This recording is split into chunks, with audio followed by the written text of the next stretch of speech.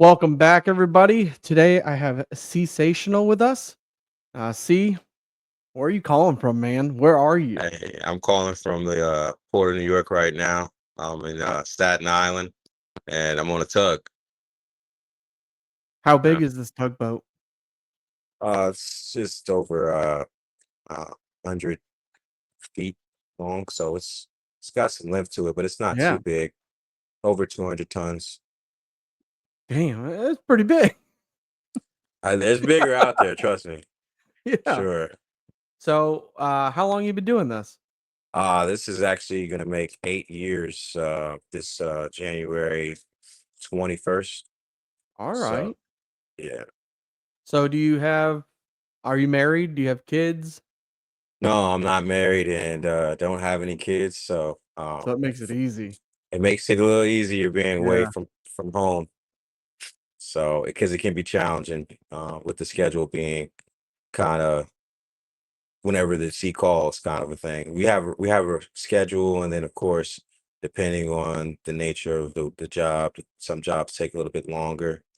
If they send us outside the harbor, currently right now I'm on ship assist, which is just assisting the container ships from foreign countries into the harbor, into New York Harbor, and then we get a lineup and we bring them alongside and we dock them at the terminals so the longshoremen can offload them. They can go into the trucks. So, Okay. Nice. have you heard about the strike that's potentially might be happening January So, 15th? for the ports, Longshoremen, yeah, the longshoremen. see, they did that down here in Florida. They already Right. did this. That I think they did it. It was like a couple months ago, if that. Yeah, it's But supposed they to be a did a two-part strike. thing. It's supposed Yeah, to be a two-part thing. So they're planning to maybe do it another one in yeah. January 15th. And that impacts us as well. So That impacts everybody. I mean, yeah, that's the goods coming in, man. exactly. But Exactly. hey, you gotta do what you gotta do to get what you need, That's right. right? I mean, nobody works for free, and sometimes you need more benefits and need to raise. You guys out there killing yourselves every day, so I hope they get what they want. You know, That's right. Well, it helps them, and it helps us. right. Well, because we need those goods, like you said. So That's right. Yeah. yeah. So, um, tell me, like, how long do you stay on the boat? Right, they're dropping Where do you Okay. Give me usually on that stay in same the spot port, back there for Virgo Point. or do So you ever travel farther away? yeah, so the company I'm playing it, the Callis are towing. Uh, they have boats up and down from Maine all the way down to Puerto Rico, and Oh, they the current run I'm on is inside the harbor, and it's 2 weeks, 2 weeks out to sea, then you get 2 weeks off when you're at home. Um, but because of the high demand and work schedule right now, they have me kind of bouncing around to other vessels, and those other vessels, we move barges, so that's more towing. And when we do towing of barges, that's when we're normally leaving to different ports and going to different areas. So I've taken a barge from Jacksonville, Florida, down to Puerto Rico when they had got hit by that hurricane. We were doing yeah, some relief down there, so we were bringing containers of supplies down there. that's awesome. Yeah, Yeah. so sailed through the Bermuda Triangle, and yeah, I got kind of beat up coming back. The way down was smooth sailing, but on the way back, I got kind of seasick, so that was kind of rough. How was that? It was an Like, awesome experience. It was yeah? definitely awesome. Yeah, that water is real blue down there, so I like that. But no signal on those types of runs, No, so it's it can be kind of yeah, challenging. yeah, yeah, that's like the main spot that ships and airplanes get lost and all that, so that's crazy. Yeah, a lot of traffic in there. Where's what's the farthest you've ever gone on the boat? So the farthest I've ever gone, if it wasn't that run, it would probably have been. I took a barge down from Chesapeake, Virginia, down to Pensacola, Florida. That was pretty far, and I went through the intercoastal waterways for a bit of that trip. So that was a pretty far distance. I'm an inland mariner though, so I don't go international. I stay Yeah. stateside. I have been international, but just for trips of leisure, not for work. Nice, dude. That's Yeah, awesome. you know, So you obviously like what you do because you've been doing it for 8 years. love what I do. Sure. Yeah, I like that. That's right. Love what you do. It's good to take pride in the passion in your job because it just makes it better. Right. You wake up and you wanna go to work. Exactly. So, where do you live as in, like, your home, your base? So I live in Norfolk, Virginia, and that's one of the benefits of I'm purchasing. We don't have to work where we live. So I work in New York. So when it's time for me to come to work, I just fly up here or drive. Uh, or if they send me to a different port, um, like Texas or anywhere else, I'll fly there, or, drive there, take a train. And then once I get there, I'll do my time at sea, whether it's 2 weeks, 3 weeks. Uh, they have a schedule, but then you can't actually get off until the relief shows up. So, Okay. if a guy gets sick or someone calls out, then you just kind of stay until they find a new guy to replace you. So, that's not normally an issue at this company, but at other companies, it can be kind of an issue, depending on how the personnel manager has people for whatever position you're in. So, What do you usually do on your downtime? sleep. Yeah. Yeah, dude. I sleep because we work 12 hours. So it's 6 hours at a time. And I was up at 5 this morning. So I work 5 to 11. And then I get off. And then I go to sleep until 5 p.m. And then I'm up until 2300. And then same thing. So it's it's because it's broken into increments like that. I mean, it's like, well, you don't need 12 hours of sleep, but oftentimes you don't really get to sleep Yeah. right away. So, you got maybe an hour or two, you might be tossing or turning, or they might need help with the operation still. So you're not going right to bed all of the time. So, but for the most part, sleep, we all got our own burdens. We sleep in, I sleep below deck, and sometimes we share rooms, sometimes we don't, depending on the size of the vessel. So, I was just gonna ask you, like, like, what size is your crew? How many guys do you got on the boat? so the crew I'm currently on is 5 people. Depending on the type of operation, though, we can drop down. Like, say if we're doing day boating, we can be four people. Um, and if we're going offshore for longer distances, we can go up to six.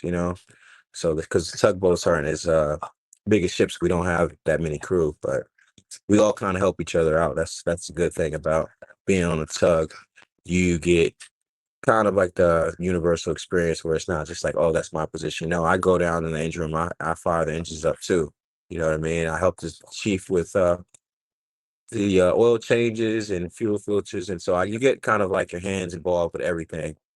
Working on a tug versus just if you're on a ship trying to get stuck in a specific little Yeah. piece of the pie. So No, yeah, yeah, I think that's way better to be able to get your hands in everything because then you don't really get bored. right. You're not in Nah, that routine of just over and over and yeah, you get to experience different things. You learn more. right. No, we're Knowledge is always always good to have. yeah.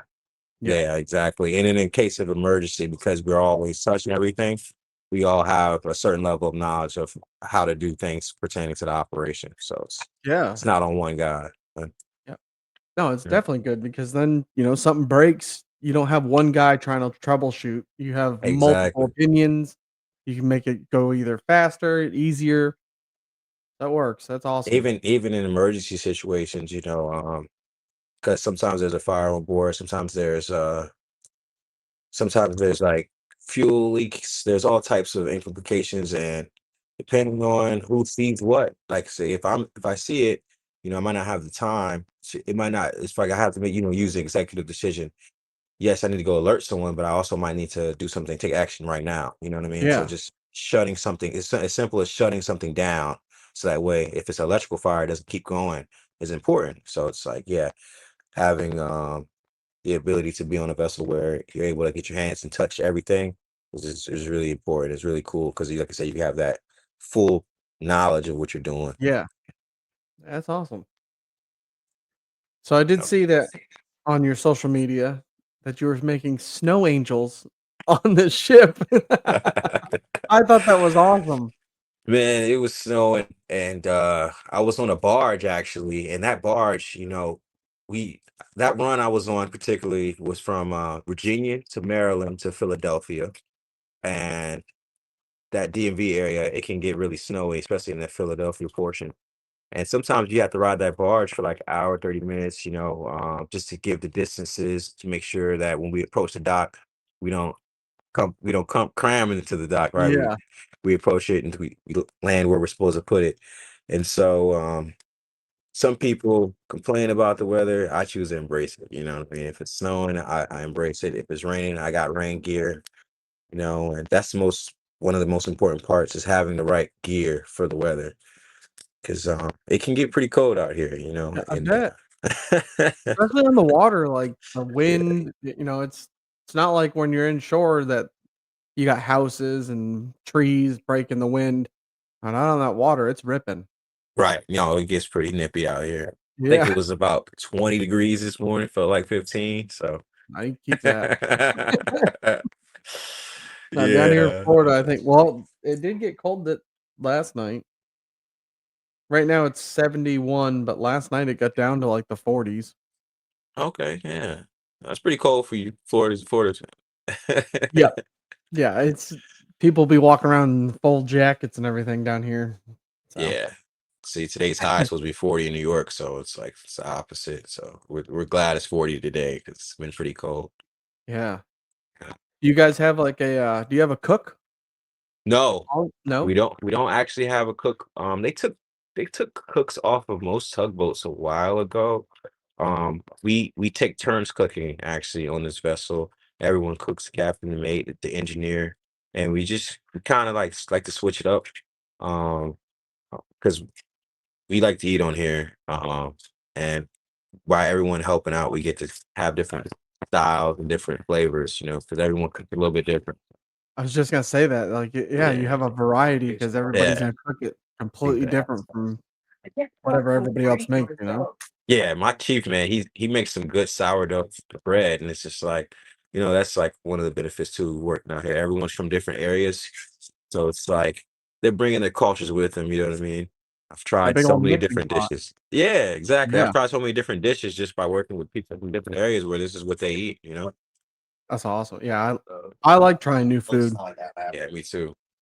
I like to eat, so if Yeah, me too.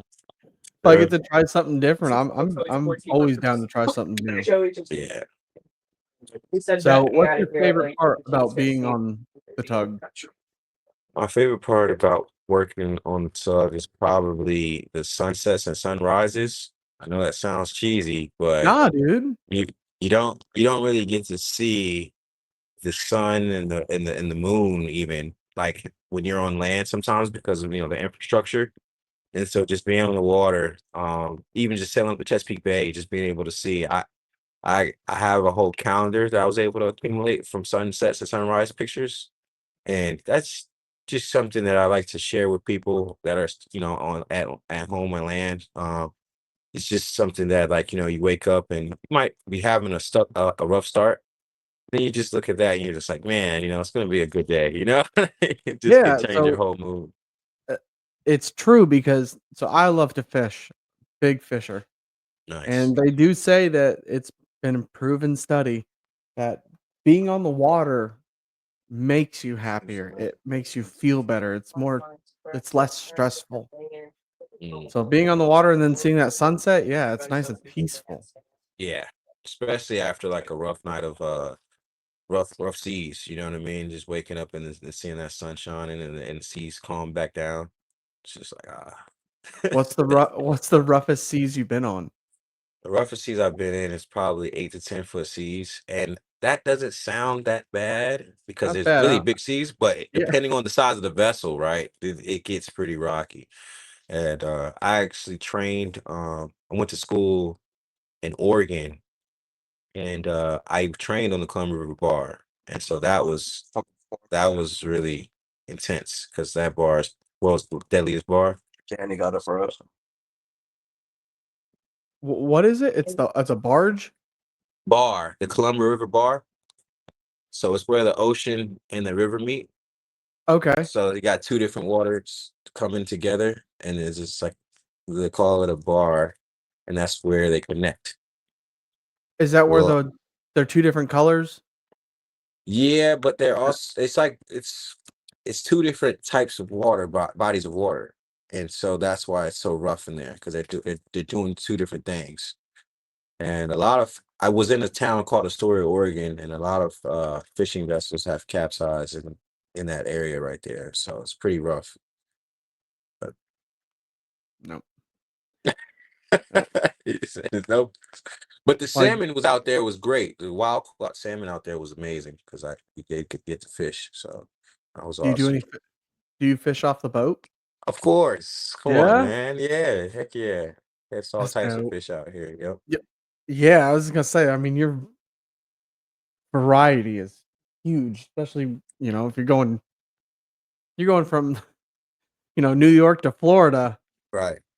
That's a huge variety of fish you're going to. That's Right. awesome. Yeah.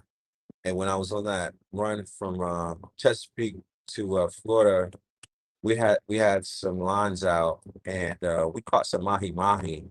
That was some good eating. Yeah. We yeah we fried that right on up. So that was delicious. Yeah, So you gotta look for the weed lines. Those weed lines, you find that big patch of weed sitting there, that's where the mahi, yeah. they sit right under it. Yeah, yeah. Well, we were moving a little bit faster than trolling speed, so we didn't really have time to you know, uh, drop lines and sit. We just kind of were letting it run as we were running. We were able to snag a few. So That's awesome. yeah. Up here in New York, though, we were able to just fish off the stern of the vessel sometimes, depending on what dock we're at.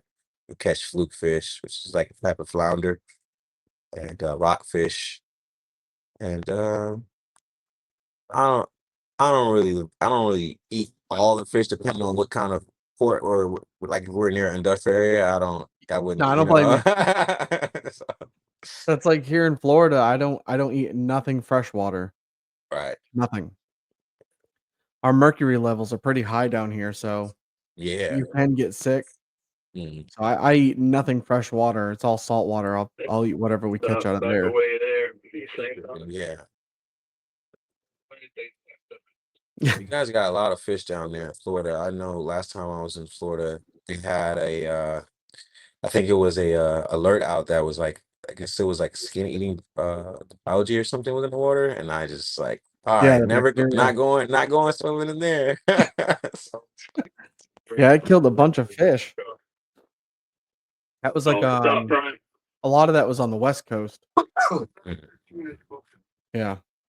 So, I know that you said you wanted to talk about how to get into your trade and, just more about your trade to anyone that's looking to get into it and maybe the younger generation that wants to look into it. Yeah, absolutely. So, I mean, 'cause there's so many different routes as far as how you could get a career working on the water. Um, the simplest or I could say quickest way is just getting the credentials that you need to work out here.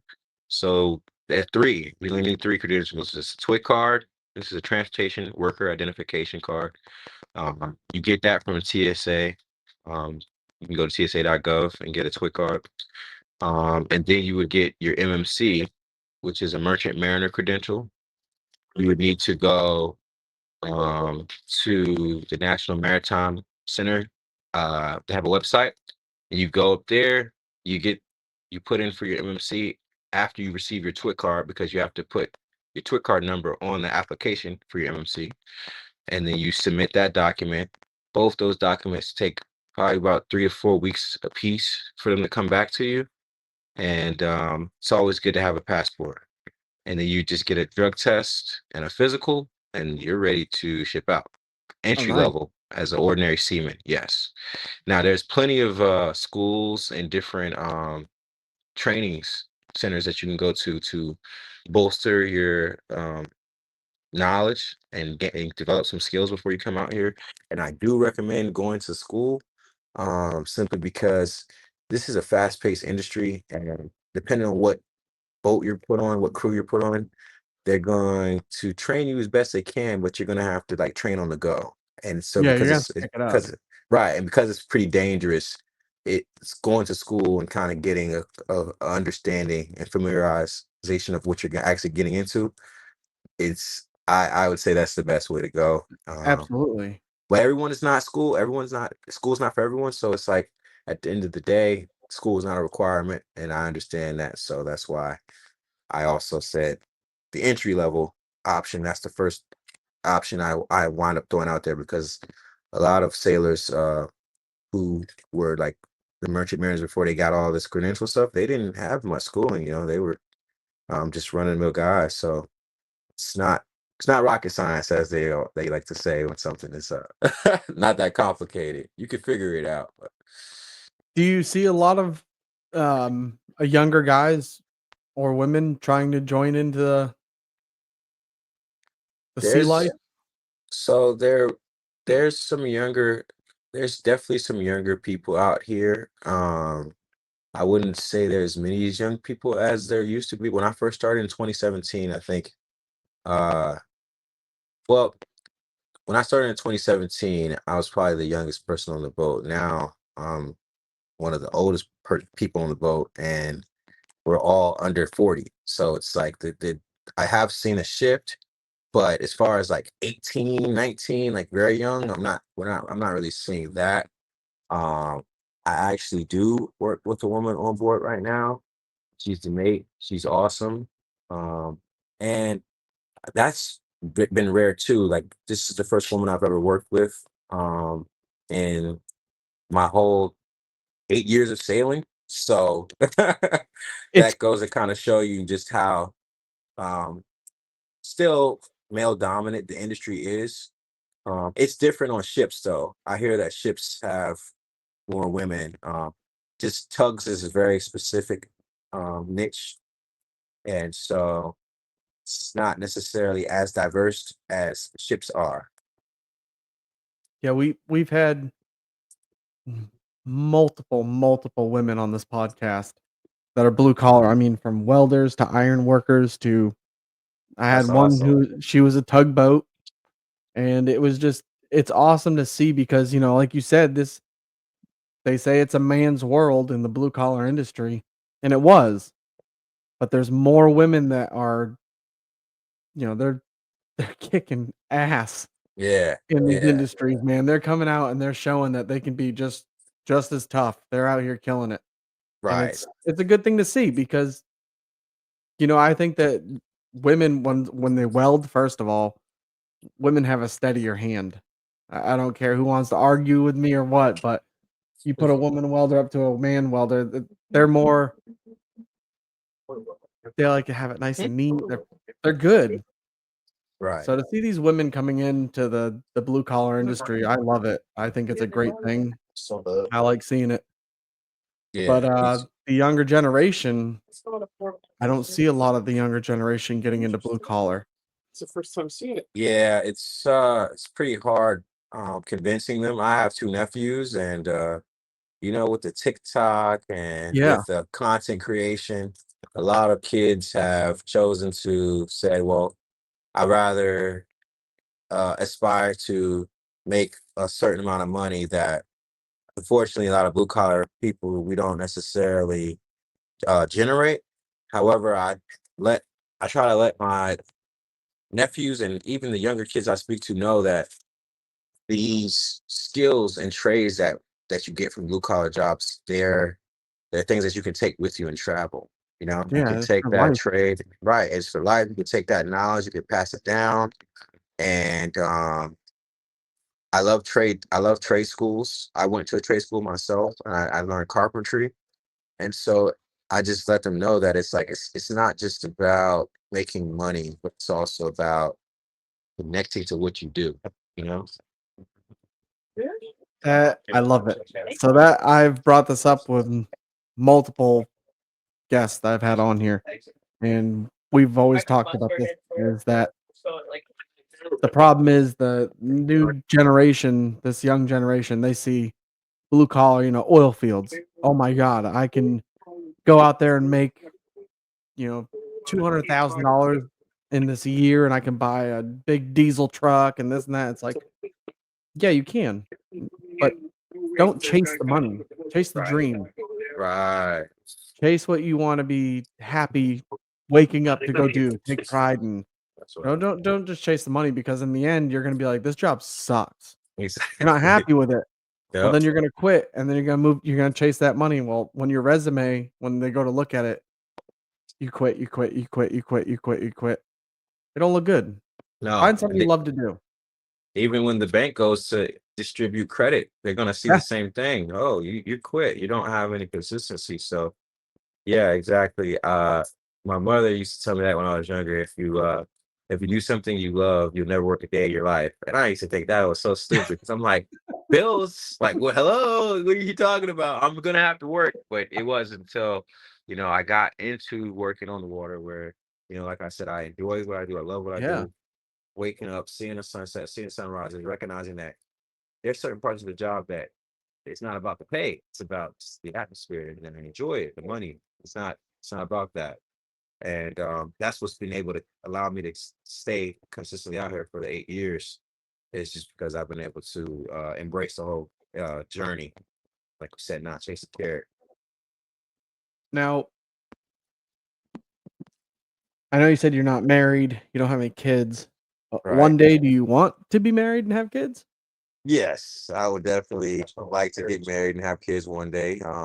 When I find a woman who is understanding of similar family values and also is committed to the time away that I have to spend because again I'm gone for half the month and fortunately like in this climate with tech with social media even I've been told even that is too long and I'm like dude there's people who are on Navy 2 vessels gone weeks. for 6 months to 8 months at a time.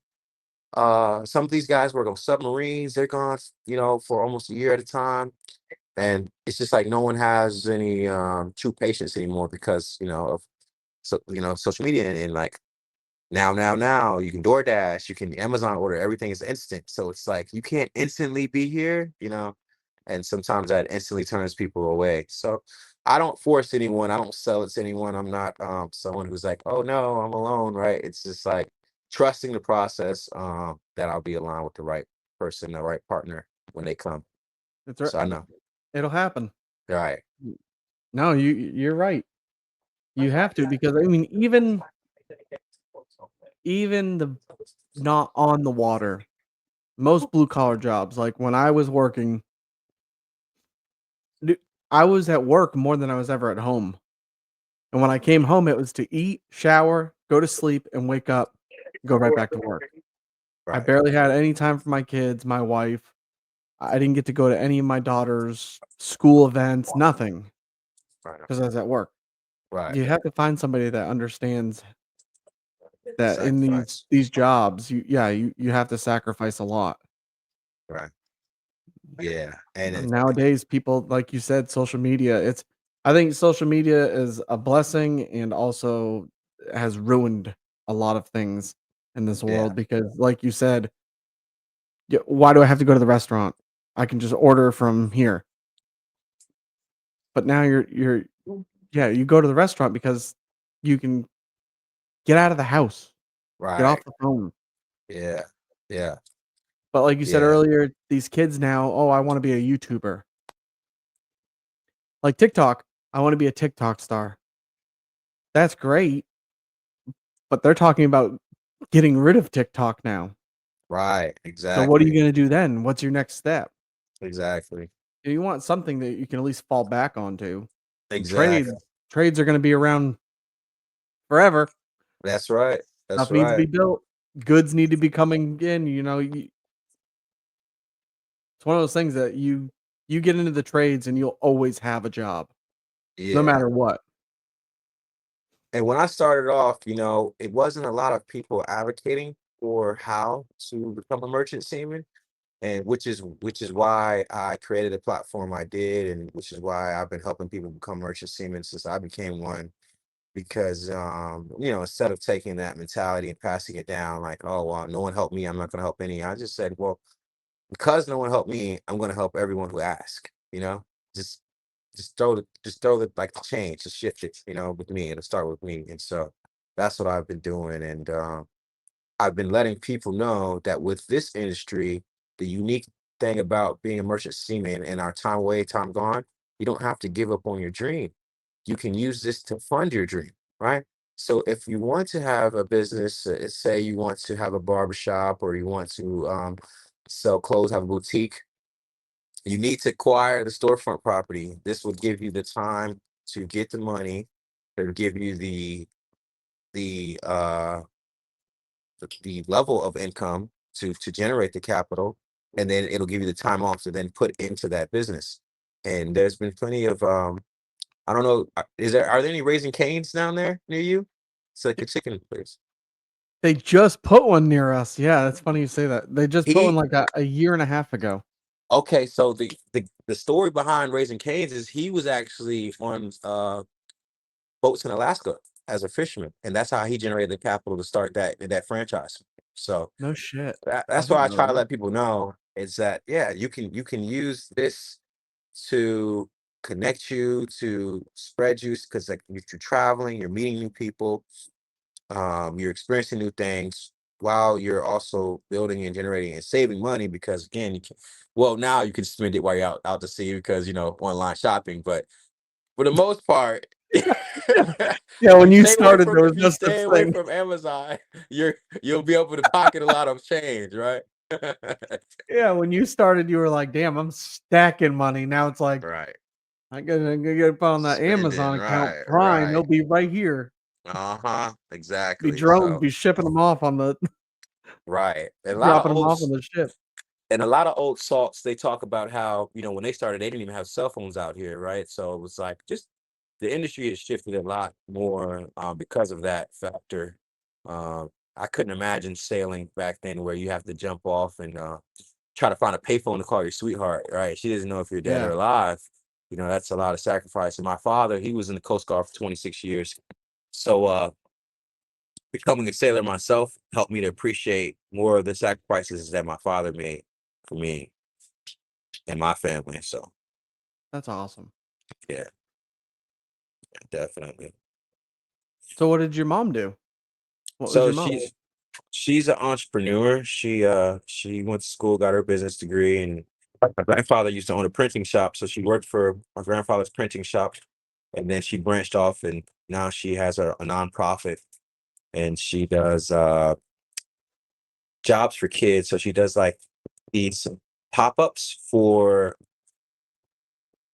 areas that are food deserts. She brings fresh produce to that area, and she sells the fresh produce in the areas that are food deserts. And kids, she works directly with kids, so they're not only learning how to sell goods, but they're also learning about health. That's what she's been doing for the last 15 years. That's badass. Yeah. That's awesome. Yep. So Yeah. on the boat, what is your position? Like, what do you usually do? I know Okay. you said you do a little of everything, but like, Right. what's the So main thing you're always doing? on the boat right now, currently, I am the AB. I'm the able-bodied seaman. I work the deckhand. I'm currently learning how to steer the vessel. So I'm doing everything from going to get the line, running back upstairs, learning how to steer, watching the captain steer. Then, like I said, I might help the engineer out. I do painting on the boat, chipping, needle gun repair. I might assist with dinner. Sometimes I cook dinner. Um, Clean it. We take care of this. This is our home while we're here. Exactly. So we do a barrage of things, and like I said, everything's a team sport. Everybody's it's a crew, so it's not just me. But yeah, that's my position is the AB. I splice the line, so sometimes we'll get the rope, is what landlubbers call it. We'll get the rope, and it needs to have a splice in it. So I'll go out and splice the line up, so that way it has a fixed line eye in it. So that way we're able to use it to throw onto bits and cleats when we need to dock. How do you splice it? How do you splice it? So it's a three Like, strand splice. so you throw them together, interlock like cable? Yeah, I just braid it into itself. Yeah, Yeah, yeah. I've done that. So nice. Yeah. Yeah, So I did. I built ski lifts for a little bit, okay, sweet. and the cable that's on ski lifts, you have to splice, and that's how you have to do it. It's a 4 strands, but you Hmm. cut a strand out of each side and you splice it in, and there's your splice. Right. Same principle. We unbraid it, and then we tie it off, and we marry it back together, and then we just tuck it down until we're Yep. out of the strands. So, You ever seen any of those ropes break? oh yeah, I've seen a Yeah. lot of I've I've seen seen a lot of videos lines part.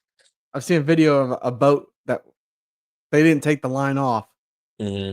from the dock, and as it pulled away, it popped, and Jesus, Yeah, those I wouldn't wanna be snapbacks. anywhere near that thing.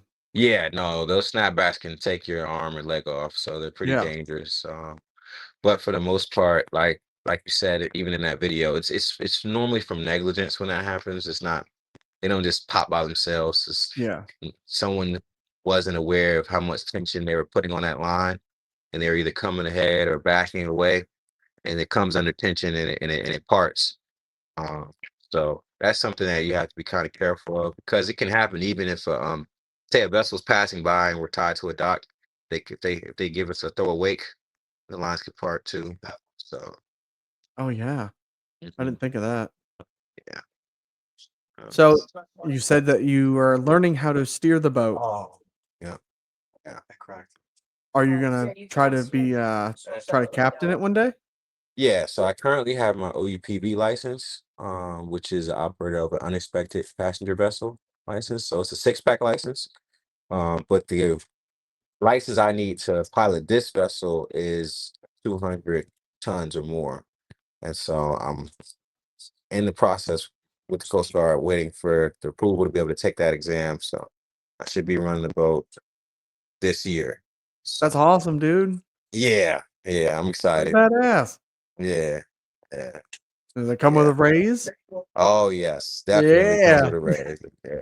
And comes with more responsibility, right? Yeah, So that's it's like right. now I would have to be in charge of the logs and making sure that like I'm checking the weather and consistently just being aware of what the operation needs. The position I'll be moving up to would be the mate position, and you're essentially the captain's relief. So when the captain's asleep, you're running the boat. And so it's a lot of responsibility, of course, but when you've been doing something for a while, you have had the pleasure and awareness of seeing how other people make a lot of mistakes and other people do a lot of things correct. So I'm very confident that I'll be able to do it simply because I've worked with plenty of guys, and I'm able to see that like, oh, this guy's able to keep that job position for that long. I'm sure I'll be all right. He did it. I could definitely do this. Yeah. That's right, right. Yeah. Well, that's awesome, dude. Congratulations. Yeah, I appreciate it. Hey, you're gonna have to let us know when you get that license now. Oh yeah, I will. That's I will. badass. Yeah. And I plan to use my OUPV in the summer just running charter boats because I would like to take more people out here that's never seen the water. It's just 'cause not everybody lives near water, not everybody's had someone give them a chance to give them a boat.